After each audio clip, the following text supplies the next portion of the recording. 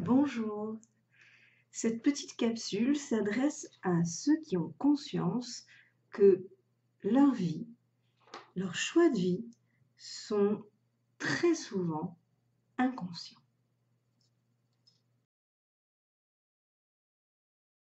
Que ce soit pour le travail, que ce soit pour vos couples, que ce soit pour vos rapports à l'argent, euh, que ce soit dans vos problèmes de santé, la plupart du temps,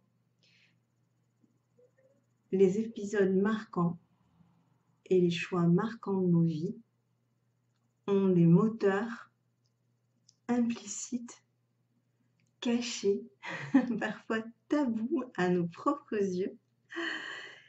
Et ces moteurs, il convient de les mettre en lumière parce que très souvent, ce sont des autosabotages, ce sont des redites, ce sont des choses extrêmement désagréables, ce sont des croyances limitantes, ce sont des loyautés familiales qu'il convient de dénouer, voire de trahir, pour être libre d'être soi. Je m'appelle Sylvie Forestier, je suis passionnée de psychogénéalogie et si vous voulez en savoir plus sur cette merveilleuse thérapie brève, il vous suffit d'aller voir ma chaîne Psychogénéalogie et Estime de Soi. Il y a des petites capsules, il y a des vidéos à ce sujet. Aujourd'hui, je me suis amusée, alors avec beaucoup de soin quand même, ça c'est mon côté perfectionniste. J'espère que vous apprécierez. Voilà, je me suis amusée à faire une petite histoire, évidemment changer un petit peu les prénoms, etc., pour l'anonymat. Mais voilà, je vais vous montrer comment fonctionne la psychogénéalogie et comment on va avoir des redites, comment on peut avoir des choses vraiment très lourdes avec à l'origine un drame qui remonte, en l'occurrence avec ma cliente, qui remonte à la guerre de 14-18. Voilà, donc ma cliente est venue me voir à l'approche de la quarantaine avec différents problèmes, pas d'enfant, désir d'enfant, difficulté de s'engager dans un couple, difficulté d'avoir confiance dans les hommes pour s'engager, avec en même temps des dépendances relationnelles, avec des pointes de jalousie, des choses comme ça. Et aussi, il y avait en parallèle des ruptures qu'elle avait déjà perçues sur 2 générations avec les sœurs. Voilà. Et c'était ce qui l'a amené à venir voir une psychogénéalogiste, donc moi en l'occurrence, eh bien, c'était le fait que sa famille se réduisait de plus en plus. Alors, moi, j'ai vécu la même chose, hein, et j'avais dit sur mon site, être heureux d'être soi. Quand je me présente, je dis ma famille, toute petite, j'avais remarqué qu'elle se réduisait comme peau de chagrin, comme peau de chagrin. Et donc, pour cette cliente, c'était la même chose, hein. Il n'y avait plus d'enfants, il n'y avait plus de neveux, de nièces, etc., etc. Et ça c'est quand même un signe qu'il y a un problème qu'on n'a pas traité plus haut. Je vous montrerai au fur et à mesure de ces 2 capsules comment très simplement avec une enquête qui est une enquête qui s'appuie sur de la généalogie, hein, tout simplement, hein, alors c'est très très simple aujourd'hui grâce aux archives en ligne, rien de plus bête d'avoir quelques dates et c'est ce qui nous a permis finalement entre les témoignages qui ont été recueillis hein, au fur et à mesure de la thérapie, donc les témoignages de la mère, de ma cliente, etc. Éventuellement, elle a fait aussi des recherches par rapport à sa tante, etc.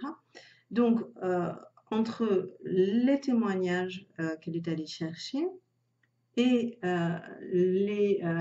la petite enquête au niveau des dates, au niveau des archives, hein, au niveau de l'état civil, des actes d'état civil intégraux, eh bien, elle a pu comprendre ce qui s'était passé.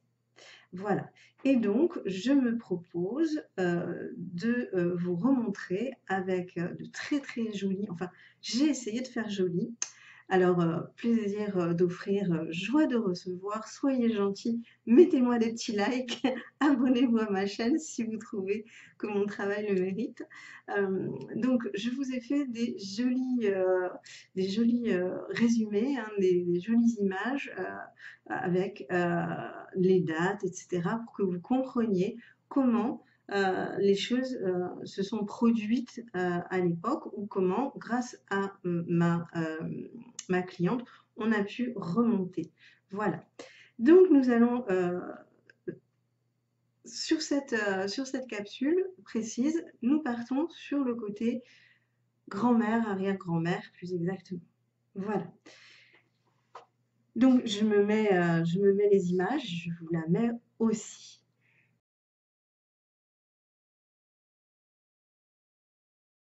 Donc, j'ai choisi d'appeler ce conte de fées des fées, j'ai choisi de l'appeler les sœurs fâchées. Voilà. Et donc là, nous partons des origines, à savoir, comme je vous l'ai dit, de l'arrière-grand-mère de ma consultante. Voilà. Donc, nous allons voir que au début, il s'agit d'une famille de paysans, petits propriétaires terriens, suffisamment aisés donc pour avoir du bien à transmettre, mais quand même avec la nécessité de travailler soi-même la terre. Donc, cette fratrie, pendant la Grande Guerre, nous avons au départ, avant la guerre, nous avons 3 enfants qui sont unis avec les 2 parents qui sont encore vivants. Nous avons l'aîné, Jeanne-Éléonore, voilà, qui est née donc en 1893, comme vous le voyez. C'est vraiment l'arrière-grand-mère de ma cliente. Nous avons un fils qui s'appelle Aimé Jean, qui est né en 95. Et puis nous avons la petite dernière, Sophie, voilà, qui est née en 1903, donc une dizaine d'années après la grande sœur Jeanne. Alors, 2-3 petites choses. Tout d'abord, Aimé, le garçon. Donc évidemment, on sent tout de suite que le fait que ce soit un garçon et vu son prénom, eh bien, on sent qu'il a été extrêmement attendu. Et en psychogénéalogie, on fait attention au prénom, le prénom Jean, qui renvoie aussi au prénom Jeanne, évidemment. Jeanne, c'est Jean qui a été féminisé, hein. Donc on attendait très sûrement un garçon dans un premier temps. Et quand on entend Jean, très souvent, il y a la notion d'ange, hein. On aime bien comme ça tout ce qui est anagramme. Et très sûrement, avant Jeanne, donc, nous avons eu dans cette famille sans doute un enfant mort-né, ou plus exactement sûrement une fausse couche, parce que ma cliente n'a pas retrouvé de traces d'enfants mort-nés. Or, dans les archives, on les trouve, hein, et c'est très important de les chercher parce que ça fait l'objet de traumas. Mais disons que très sûrement, le fait qu'on ait Jean et que ce prénom ne se retrouve pas tout de suite dans les générations antérieures, très sûrement il y a un enfant, enfin une fausse couche. Voilà. Donc, un fils très attendu, c'est souligné par le prénom. Et évidemment, ce pauvre garçon va se retrouver happé par la guerre de 14-18. Et donc, nous avons là un premier traumatisme dans cette famille, puisque Jean décède le 30 octobre 1915, donc il a 20 ans, quoi, hein. Voilà, donc ça fait partie des choses très très douloureuses, d'autant plus que à cette époque, on interdit quasiment le port du deuil, hein. Avant, c'était 2 ans et demi, c'était très très codicié. On pouvait porter le deuil vraiment de manière apparente et ça aidait quand même à faire passer le chagrin quelque part, même si voilà. Mais là, pendant cette guerre, il y a eu tellement de jeunes décédés qu'on avait tout au plus le droit de mettre un petit brassard. D'ailleurs, on remarque, je ne vous l'ai pas mis là parce que sinon ça aurait fait encore une complexité dans l'affichage, mais en fait, la mère d'Aimé et de Jeanne et de Sophie est décédée très peu d'années après le décès de son fils. Alors, sur la photo de droite, je vous ai mis une photo qui n'est pas la photo bien sûr familiale, hein, en réalité, mais qui pourrait l'être, avec une fille aînée, on va dire, un fils en képi, donc en soldat.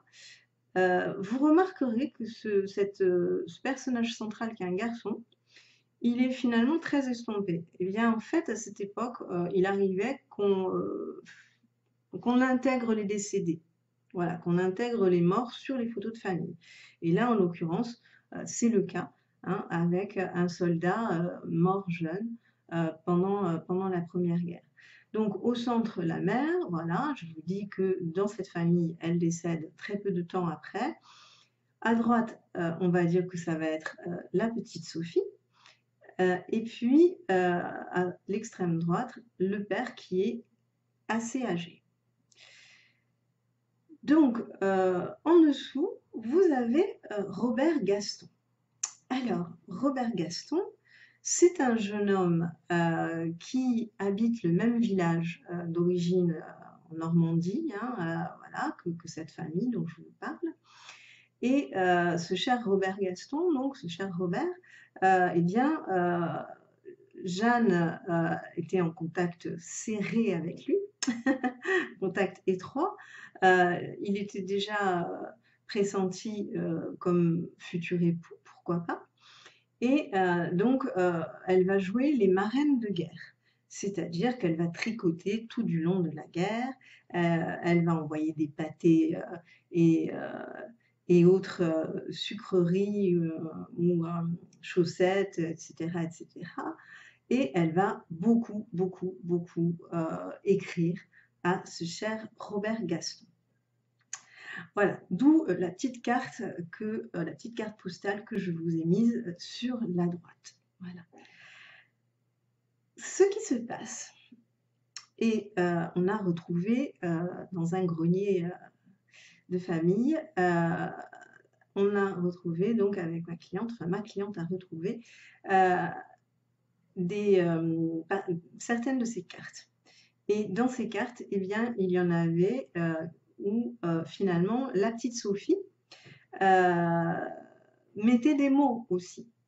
Donc on peut supposer que les deux jeunes filles étaient associées à cette correspondance, au début très douce, très innocente, mais en tous les cas, c'est une correspondance où la petite Sophie était associée.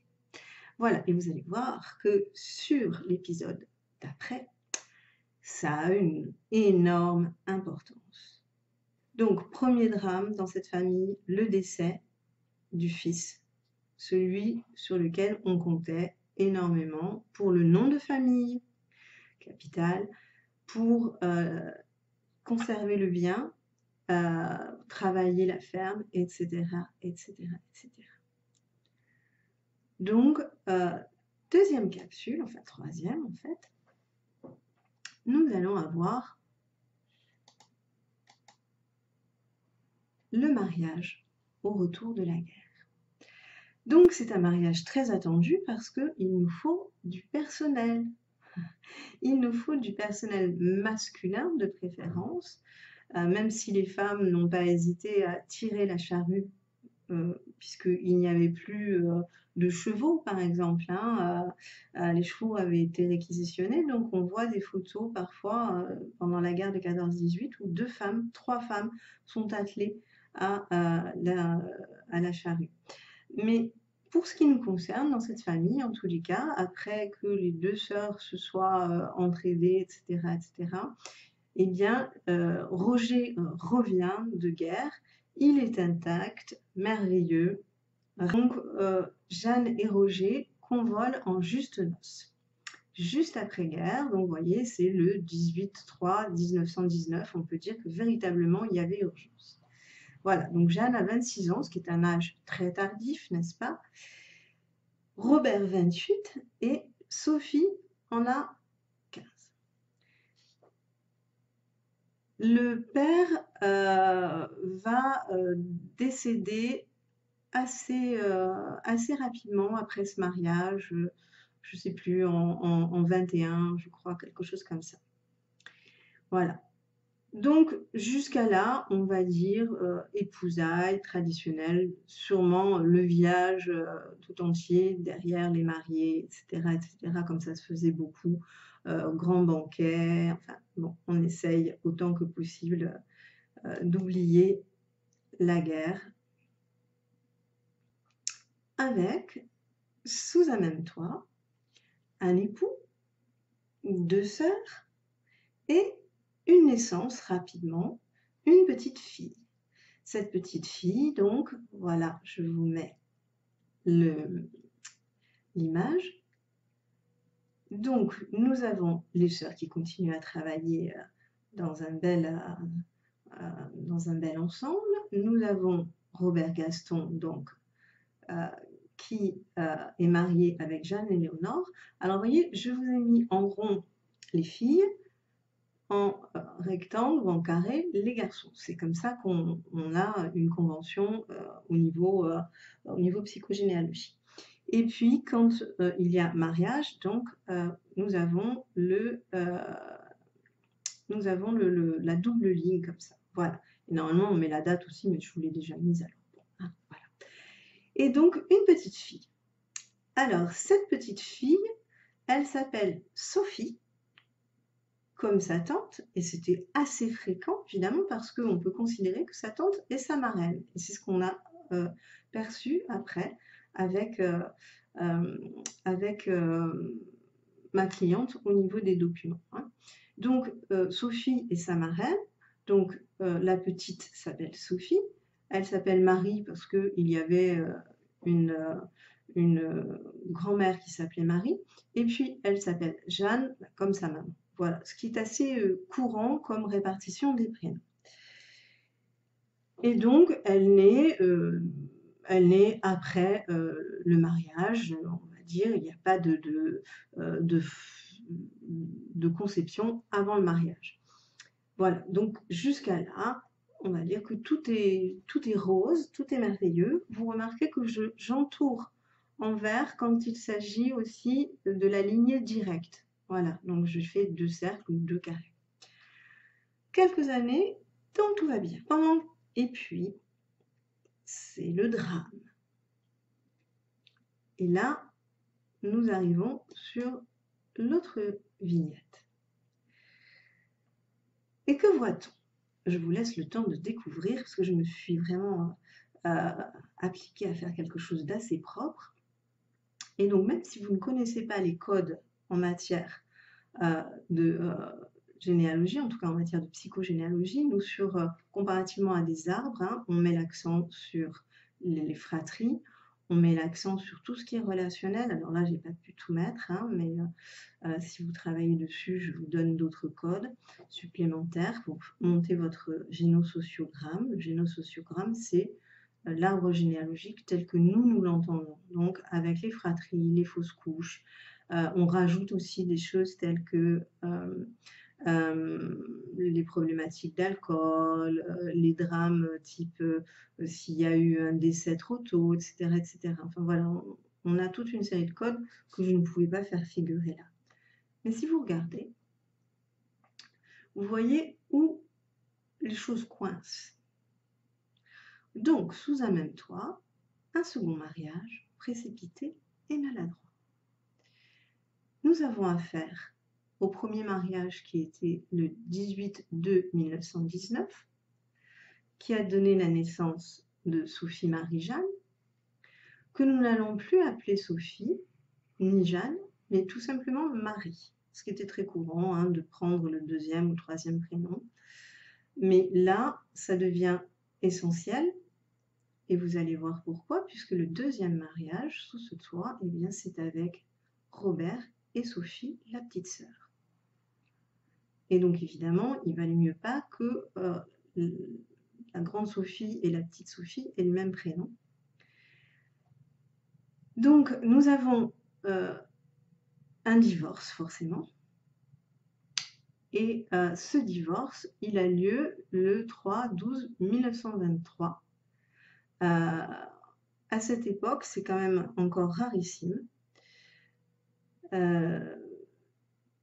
La femme, le plus souvent, partait sans rien, même pas les enfants. Voilà. Donc là, nous voyons quoi? Nous voyons ce divorce et nous comprenons bien évidemment pourquoi. C'est-à-dire que très véritablement, Robert a dû avoir des relations sexuelles avec la petite Sophie. Consenti, non consenti, ça, il est difficile de le savoir. Mais en tous les cas, ce qu'on constate, c'est que le deuxième mariage, il a lieu en février 1924. Alors, tout ce qui est mariage d'hiver, déjà, en général, c'est pas bon signe parce que c'est plus difficile de faire la fête dans des salles pas chauffées. Donc, ça, en général, il faut attirer votre attention. Votre attention doit être attirée par des mariages en hiver. Souvent, donc, quand on regarde la date de conception du premier enfant, là, c'est un petit garçon qui porte le même prénom que son oncle, Aimé, et un deuxième prénom encore plus insistant, Désiré. Et ce petit garçon, si on regarde sa date de conception, donc c'est pas bien difficile, vous avez la date de naissance, c'est 28/7, vous rajoutez 3 mois, donc 7, 8, 9, 10, vous tombez sur le 28/10, en gros, à une semaine près, 1923. Et donc, on est avant le mariage, avant le divorce. Donc, on imagine bien que notre pauvre Jeanne Éléonore, l'arrière-grand-mère de ma cliente, découvrant la situation, a fui ou a été chassée par Robert, on ne sait pas exactement. En tous les cas, il y a eu une situation extrêmement scandaleuse. D'autant plus qu'il s'agissait d'un petit village. Vous pensez bien que là, le second mariage n'a pas été très festif. Voilà. Donc, nous avons un second drame avec une petite fille qui va rester chez le couple Robert et Sophie, trop petite pour se souvenir de qui était sa mère en réalité. Ensuite, nous avons un fils qui va être énormément investi. On se dit véritablement, ce fils doit remplacer le frère aîné, Aimé, Jean, qui est mort à la guerre. Et donc, il y a un investissement terrifiant. Nous, en psychogénéalogie, on appelle ça le syndrome du gisant. Donc, si on regarde bien aussi, je vais vous repasser la première vignette. Si vous regardez, la date de la mort de Aimé Jean, c'est le 30/10. Et ici, on se retrouve avec un garçon qui est conçu le 28/10. C'est-à-dire qu'on retrouve en psychogénéalogie, dès qu'on se penche là-dessus, dès qu'on se penche sur les dates, on retrouve sans cesse des parallèles au niveau des dates de conception, des dates de naissance, des dates de décès. à 2 jours près. Donc sur une année, c'est pas grand-chose, 2 jours. Et c'est ce qui nous indique que tel individu est en lien avec tel autre. Alors là, en plus, on a évidemment le fait que ce soit le deuxième enfant, mais c'est en plus un garçon et il y a le prénom qui vient renforcer tout ça. Donc, il ne faut pas s'étonner si notre cher aimé désiré va être un enfant ultra couvé, euh, ultra investi par sa mère Sophie. Jeanne Éléonore, donc, disparaît complètement, la mère de la petite Sophie, Marie-Jeanne. Les années passent, arrive la Deuxième Guerre mondiale, et évidemment, en Normandie, les choses ne vont pas passer d'une manière simple et légère, d'autant plus que nous avons, comme vous le voyez sur cette vignette, nous avons Aimé Désiré, qui de toute façon a été projeté dans l'imaginaire de cet oncle décédé en héros pendant la guerre de 14-18 à 20 ans. Eh bien, très souvent, avec ce syndrome du gisant, eh bien, ce sont des gens qui souvent ont un petit peu de mal à vivre et là, il y a des comportements, par exemple, qui peuvent être des comportements pas suicidaires, mais disons, pourquoi pas, un peu autodestructeurs. Et ce qu'on voit, c'est que, en fait, ce qui se passe, c'est que le jeune Aimé Désiré va s'engager en 1943, il s'engage pour échapper aussi au STO, il s'engage dans la résistance. Et donc, pense qu'il est décédé en novembre 1944. Donc, il décède à 20 ans, exactement comme son neveu.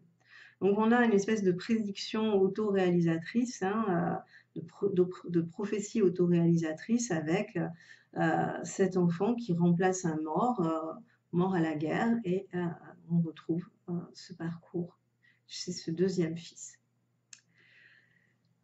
Très peu de temps après, nous avons le décès de Sophie.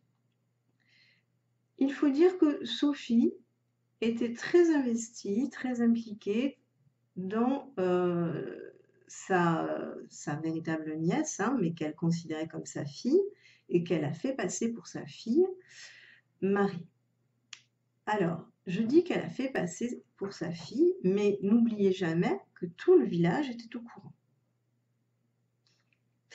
Et ce genre de cas, ça se retrouve assez fréquemment. C'est assez triste, mais ça se retrouve assez fréquemment. Donc, tout le non-verbal, il y a des tas de choses qui font que on sent qu'il y a un non-dit, on sent qu'il y a un secret de famille, on sent qu'il y a des choses douloureuses, mais Marie, probablement, n'a jamais osé poser la question à sa mère, Sophie,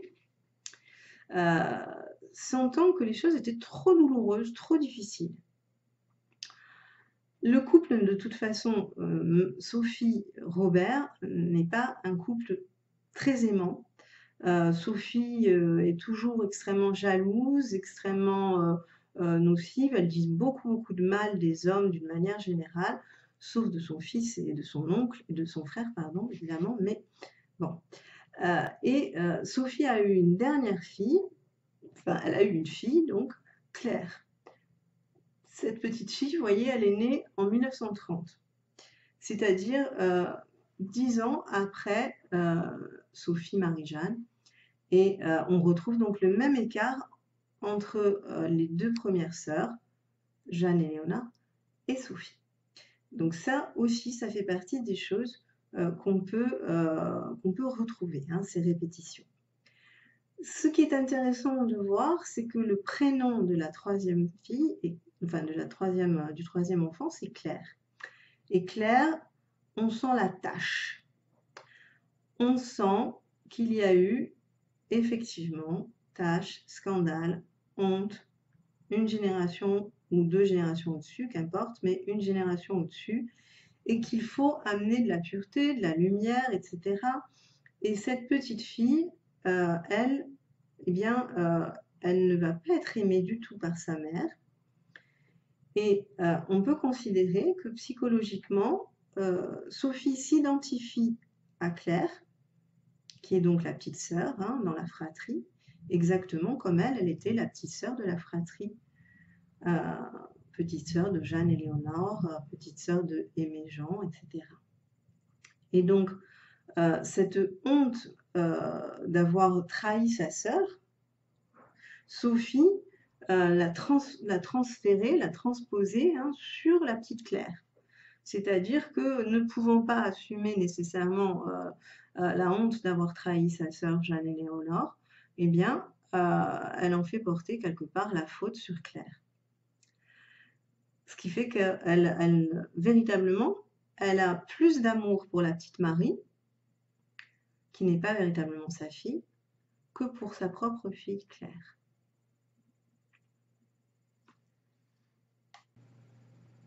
Alors, pour ne pas faire trop long, je vais m'arrêter à ce stade, à savoir la Deuxième Guerre mondiale et le deuxième décès du deuxième fils, enfin du deuxième enfant. Et puis, la prochaine fois, donc, nous verrons la génération d'en dessous, enfin les générations d'en dessous. Voilà. J'espère que vous aurez trouvé déjà des choses intéressantes. J'espère que vous me suivrez sur la prochaine capsule et que la psychogénéalogie vous interpellera. Pour cela, n'hésitez pas à aller regarder d'autres choses sur les loyautés familiales. Il y a plein de vidéos sympas sur donc une conférence aussi sur la psychogénéalogie. Voilà. Mais je vous invite à aller regarder mon site aussi, www.êtreheureux-d'être-soi.com. Avant de vous quitter, je voulais vous dire que vous aviez la possibilité de participer à une formation à un prix tout doux, surtout si c'est avant la fin novembre 2022, à savoir 25 € pour une formation sur les croyances limitantes.